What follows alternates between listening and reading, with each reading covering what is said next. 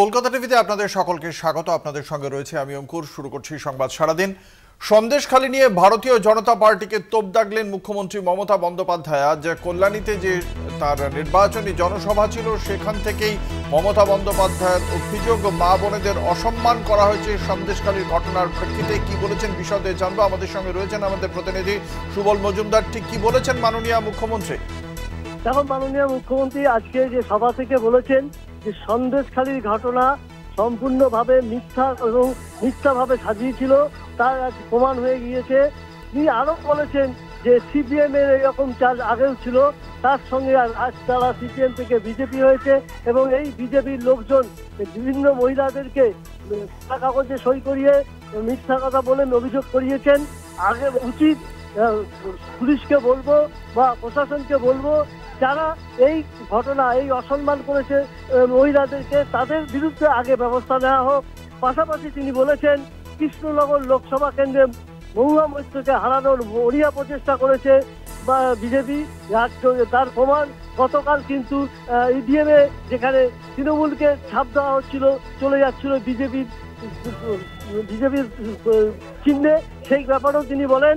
এবং তিনি এও বলেন রানাঘাট যে লোকসভা কেন্দ্রে রত্নপুরিয়া যে বিএসএফ রয়েছে, তারা টোটো করে রীতিমতো বিজেপির পতাকা লাগিয়ে মানুষজনকে নিয়ে এসে ভোট দিতে নিয়ে এসেছে। এটা code of conduct, model code of conduct. আমরা পুলিশকে বলবো দেখতে এবং ব্যবস্থা নিতে। এবং আরো তিনি বলেছেন যে এরা হচ্ছে চাকরি খেকো, এরা কোনো চাকরি 10 বছর কোনো চাকরি দেয়নি, উল্টে চাকরি খাওয়ার জন্য বলছে। এবং এরা এই যে শিক্ষকদের চাকরি গেছে তাদেরকে মিথ্যা প্রতিশ্রুতি দিচ্ছে, চোখের জল ফেলছে, কিন্তু আদতেও সেটা ঠিক নয়। এটা কিন্তু তারা চাকরি খাওয়ার জন্যই ব্যবস্থা করছে এবং তারা আনন্দ পাচ্ছে। অঙ্কুর, ধন্যবাদ। আমাদের সঙ্গে ছিলেন আমাদের প্রতিনিধি সুবল মজুমদার। কি বলেছেন মুখ্যমন্ত্রী শোনাবো।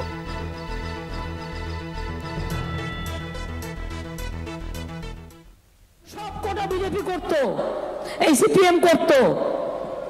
কাজী ওরা কারসাজিগুলো জানে। ওরা জানে না মা বোনদের টাকা দেওয়াটা বড় কথা নয়, মা বোনদের অসম্মান করাটা বড় কথা।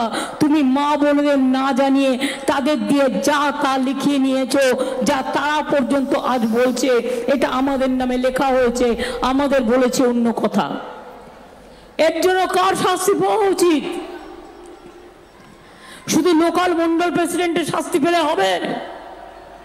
যারা মদত দিয়েছে, যারা মদতদাতা, যারা উদ্গাতা, যারা বলেছে বোম চাই, রিভলভার চাই, টাকা চাই, আর গ্যারেন্টি বাবু বললেন কি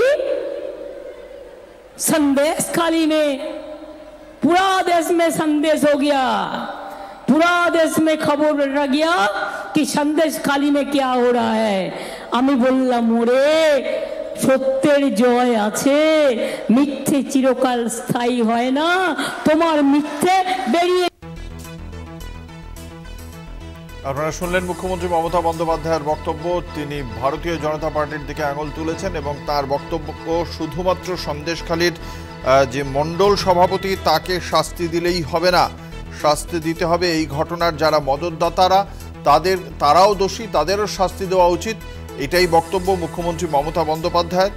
সরাসরি তিনি এই ইস্যুতেই আজ কল্যাণী থেকে তোপ দেখেছেন ভারতীয় জনতা পার্টিকে। তার বক্তব্য যে এই মণ্ডল সভাপতি শুধুমাত্র কিছু কাজ করেছিলেন, কিন্তু যারা মদত দিয়েছেন, যারা বোমা রিভলভার সাপ্লাই দিয়েছেন, তাদেরও শাস্তির দরকার।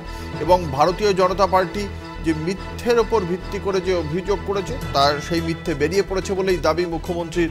আমাদের সঙ্গে রয়েছেন বিজেপি নেতা শিশির বাজোরিয়া। আপনাকে কলকাতা টিভির পক্ষ থেকে স্বাগত জানাই। মুখ্যমন্ত্রীর বক্তব্য যে শুধুমাত্র সন্দেশখালী ইস্যুতে মণ্ডল সভাপতিকে দোষ দিলেই হবে না, যারা মদতদাতা তাদেরও শাস্তি দরকার। এবং বিজেপি যে মিথ্যা ভাষণ করেছিল, আসল সত্যটা এবার বেরিয়ে পড়েছে সন্দেশখালী নিয়ে। আপনার প্রাথমিক প্রতিক্রিয়া জানতে চাইব।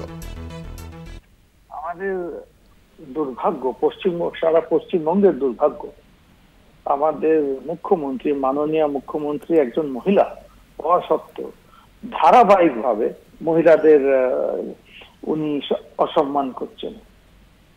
যেদিন উনি মুখ্যমন্ত্রী হলেন তার কিছু মাসের মধ্যেই হলো পার্কস্ট্রিট ঘটনা, একটা ধর্ষণ হলো পার্কস্ট্রিটে একটা মহিলা, কি বললেন, সাজানো ঘটনা। সেই দিন থেকে আরম্ভ করে এই সন্দেশখালীর মতন যে ঘটনা, ওখানে মহিলাদের সঙ্গে না দাঁড়িয়ে উনি কার সঙ্গে দাঁড়ালেন? যারা দুষ্কৃতী। কেন? ওরা হচ্ছে ওনার দলের দুষ্কৃতী। আর উনি যে বলেন না যে গরু দুধ দেয় তার লাথি খাবো, ওই ওই গরুর সঙ্গে উনি দাঁড়াচ্ছেন। এটা আমাদের দুর্ভাগ্য। এখনো উনি একই কথা বলে যাচ্ছেন। কেন? উনি দেখছেন এখন তো সন্দেশখালীতে পুরো জিনিসটা সামনে এসে গেছে, ফাঁস হয়ে গেছে, কি করে বাঁচাই। রাতে, একেবারে রাতে অন্য জায়গায় গিয়ে উলুবেরিয়াতে যারা এসেছিল ওখানে সন্দেশখালীর মহিলারা প্রতিবাদ করতে একটা সভায়, ওখান থেকে অ্যারেস্ট করা হলো রাতে 1:30টায়। কিসের জন্য? কি কোন হিসেবে অ্যারেস্ট হলো? ওদের কি অপরাধ ছিল? ওরা মুখ্যমন্ত্রীর বিরুদ্ধে প্রোটেস্ট করেছে। এটা আমাদের রাজ্যের দুর্ভাগ্য। ধন্যবাদ। আমরা কথা বলছিলাম বিজেপি নেতা শিশির বাজোরিয়ার সঙ্গে।